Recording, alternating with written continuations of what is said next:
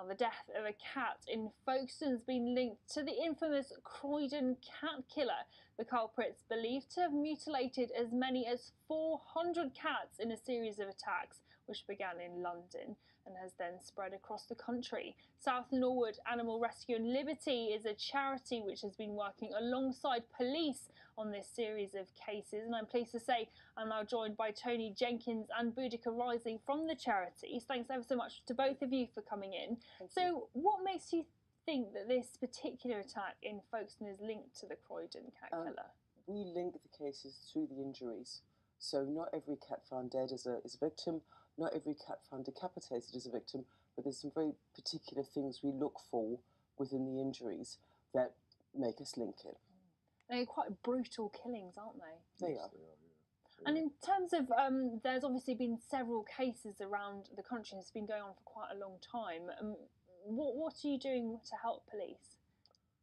Mainly advising them, because some of the police forces have been a bit slow to sort of understand the nature of the case, and police don't normally deal with animal crime.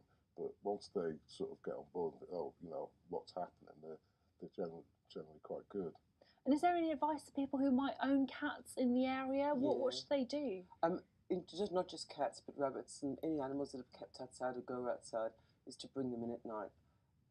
While there have been some attacks during the day, most of these attacks are occurring at night, hours of darkness. So in the winter, between sort of 4 in the afternoon and 7 in the morning. In the summer, obviously, sort of 10 o'clock at night through to about 5. But the best way to reduce the risk is to bring your animals indoors and to keep cats in at night.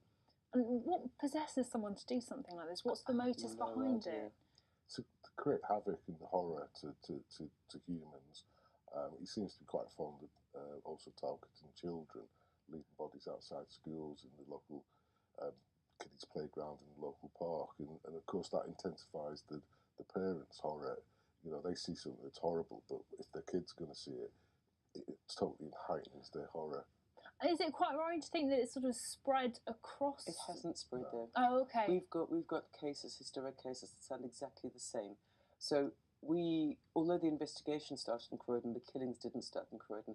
We've got cases about how many of there were 6 in Sittingbourne at the end of 2013 that was reported in Kent Online. And was described as decapitations, but it sounds very similar unless we've actually seen the bodies to see if it's a match. It may not be linked, but chances are it is. This has been going on for quite a long time. Yeah. Do you think there is a chance that the police will eventually catch the person who's been doing this? The thing with serial killers is that they generally tend to be forensically aware. They operate in areas where there's no CCTV, and they operate at times when people are asleep. So essentially they take a lot of risk. It's in a low-risk arena, and that's exactly what's happening here. It took 6 years to catch the Yorkshire Ripper. I certainly hope it doesn't take 6 years to catch this guy. But it's not an easy investigation by any means. And there's also a reward going out. Do you think that will help? Yeah. So PETA have offered £5,000, and an organisation called Out Pays to have offered £5,000. So there's £10,000 out there for the person who will provide the police with the information that will lead to successful prosecution. Someone must know something somewhere. They must do. They must do. If 10 grand's not enough, what is? Thanks ever so much for both of you. That's all we've got time for. Thank you. Thank you.